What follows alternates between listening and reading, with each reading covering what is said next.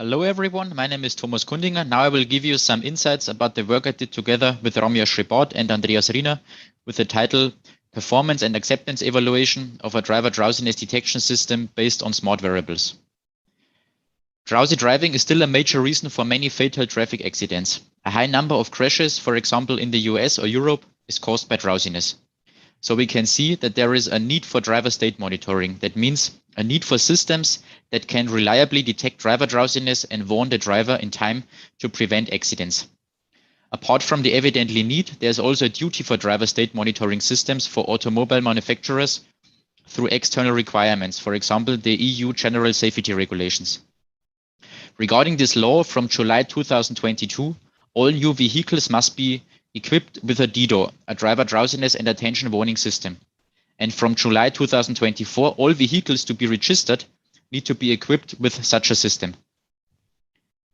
What is expected to have an even higher impact on road safety and reduce human-made errors, for example, through drowsiness, is automated driving.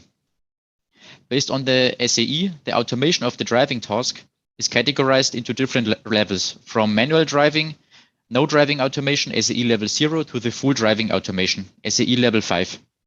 Across these levels, the driver's role changes from the sole operator in SAE level 0 to the fallback level in SAE levels 1 to 3, and finally to the passenger in SAE levels 4 to 5 of an entirely automated system. Therefore, and in terms of driver drowsiness, the lower levels of automation, namely SAE level 1, 2, and 3, require special attention. Due to the decreased active involvement in driving, the risk of getting drowsy faster is increased. Therefore, in the transition phase from manual driving to the rollout of full automation, systems that reliably monitor and recognize the driver's current state, particularly the risk factor drowsiness, will be necessary to guarantee the driver's ability to take over full control. So far, different measures have been proposed to detect drowsiness in an automotive environment that all have different advantages and limitations. These measures can be categorized mainly into 4 groups: subjective, behavioral, vehicle-based, and physiological measures. Subjective measures apply questionnaires. They take the personal feeling into account but cannot be used in real time or a real driving context. Behavioral measures evaluate eye movements, facial expressions, and head position by using a driver monitoring camera. These measures are non-intrusive, but interpersonal accuracy or privacy issues can limit the detection performance. Current commercial systems mainly focus on vehicle-based measures. That means the analysis of parameters related to the driving behavior, such as lane position or steering angle. These measures are non-intrusive. However, with increased driving automation, these parameters will be more difficult to evaluate since the automated system controls the car. Therefore, alternatives are necessary. A promising alternative seem to be methods that evaluate physiological data to identify driver drowsiness, since this data can be used to differentiate between wakefulness and sleep and warn the driver in an early stage. However, typical EEG or ECG measurements, including electrodes on the head or upper body, are not accepted inside a vehicle. Therefore, new, non or less intrusive strategies for recording physiological signals inside a vehicle are required, what was investigated in this work. To counteract limitations of existing measures, our approach was to use physiological data of smart wearables, such as smartwatches and fitness trackers, for driver drowsiness detection and investigate their suitability in an automotive environment. Apart from the actual use in daily health and fitness monitoring, by using these devices inside the vehicle, their scope of use could be further enhanced. This kind of driver-vehicle interaction offers the option of being easily integrated into a vehicle. Existing vehicles can quickly be upgraded and retrofitted with this technology without having to install additional sensors. Since these devices can be worn like a watch, their usage inside a vehicle would enable long-term recording of physiological signals in a non-intrusive and driver-familiar way. We investigated the potential and feasibility of the recorded physiological data, in our case heart rate, of a wrist-worn smart wearable, a single data input for the detection of driver drowsiness, in combination with supervised machine learning. To broaden the picture, and since drivers are kind of forced to use a wearable device while driving, in this context, we also examined how the acceptance of drowsiness detection systems based on smart wearables is. This resulted in the following hypothesis. Hypothesis 1, a high detection accuracy can be obtained by using exclusively physiological data, heart rate, from a wrist-worn wearable device for driver drowsiness detection. Hypothesis 2.1, there is a high acceptance of the first-time use of the proposed drowsiness detection system. Since older people are a potential target group of automated driving, we focused in the evaluation also on the age of the drivers and compared older with younger ones. This resulted in the last hypothesis. Hypothesis 2.2, there is a significant difference between younger and older people regarding the acceptance of the proposed drowsiness detection system.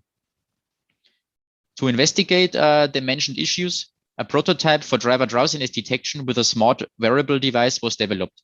From a Polar device, heart rate data is streamed with a Bluetooth Low Energy to an Android app on a tablet. On the tablet, the data is pre-processed, features are extracted, and fed into a trained random forest binary machine learning classifier that calculates the current drowsiness state of the driver. Regarding the user interface, a total of 6 different screens were implemented. Screen 1 shows a welcome screen after starting the app. Screen 2 contains a user manual with pictures of the wearable, how to put it on the wrist, switch it on, and connect it with the tablet. Once the smart wearable is connected, the current state of drowsiness is presented, either non-drowsy, screen 3, or drowsy, screen 4. When the drive is finished, screen 5 appears, showing the current battery status and indicating that the wearable should be recharged until the next drive. Within the scope of the user study carried out in this work, the drowsiness state was not presented to the participants while driving, but only stored in the background. In return, the subjects had to assess their drowsiness via self-ratings every 5 minutes. For this purpose, the Karolinska sleepiness scale ranging from level 1, extremely alert, to level 9, very sleepy, sleep fighting, was displayed to the participants, as shown in screen 6. The reason behind this was to compare the output of the machine learning model with the subject self-ratings to evaluate the performance of the machine learning model. And to evaluate the mentioned issues, a user study in the Hexapod driving simulator at Technische Hochschule Ingolstadt was conducted, as shown in the left picture. In the center picture, you can see the tablet PC with the Android application in the center console. The right picture shows the wearable device on the participant's wrist. In the beginning, the participants got an introduction, filled a questionnaire, and had some practice driving in the simulator to get a feeling for it. Afterwards, the main part of the experiment started, a 60-minute SAE level 2 drive, where the participants had to enter every 5 minutes a drowsiness self-rating. After the study, participants answered the item of the technology acceptance model, TOM, filled the post questionnaire, and had a short interview with the experimenter. In total, 30 participants from 2 different age groups, 3 per day, participated in the study. Regarding detection performance and hypothesis 1, we achieved on average across all participants an accuracy of 82.72% with completely new and unseen data. It can be seen that a high interdriver variance exists ranging from 50% up to 100%, and the model did not perform equally well for all participants. Focusing on the 2 age groups, the classification accuracy is around 15% higher among the older subjects. Therefore, hypothesis 1 can only partly accept it.